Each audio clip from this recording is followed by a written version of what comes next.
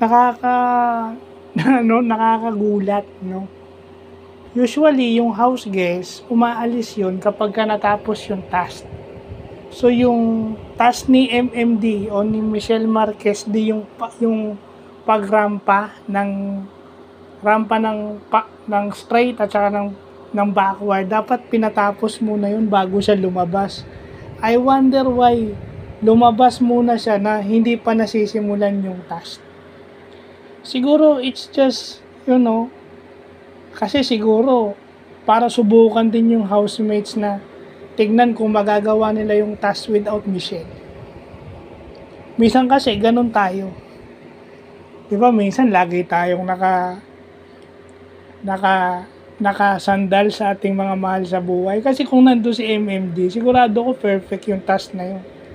Kasi mahihiya sila kay MMD na hindi gawin ng tama yung task. Yun na nga lang, nag-iwan na nga lang siya sa labas ng message. Nasa labas na siya actually, nasa ABS-CBN ball na siya. Nung sinabi yun na, na gawin yung task ng maayos para sa pagkain nila. 1, 2, na talo ata sila. Yun ang masakit dun natalo pa ata.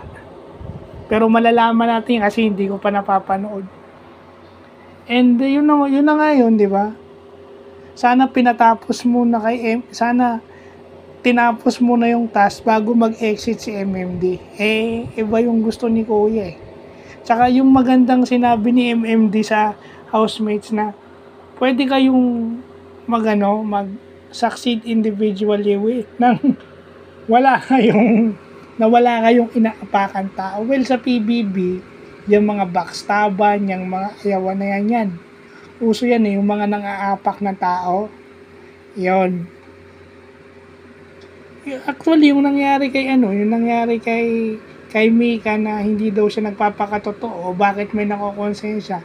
Yun yung sinabi ni MMD na you can be successful without stepping on anyone in the process. So, yun lang. Sana nga, di ba? Since Biyernes yun, di ba, pinatapos muna yung task bago siya lumabas. Immediately after ng task, dapat tsaka na siya lumabas. Tsaka na siya sinabihan ni Kuyang lumabas. Hindi yung nagre-rehearsal pa lang, kagigising pa lang ata niya, sinabihan na si MMD na lalabas na siya. Well, yun na yun. Na-attach na siya, di ba? So, may bagong pumasok pero saglit lang. Doon natin malalaman, di ba? Pero, yun na nga yun, di ba? May vlog naman ako sunod doon sa pagpasok ni Sanya. Pero sa kanya yun. So, yun lang po.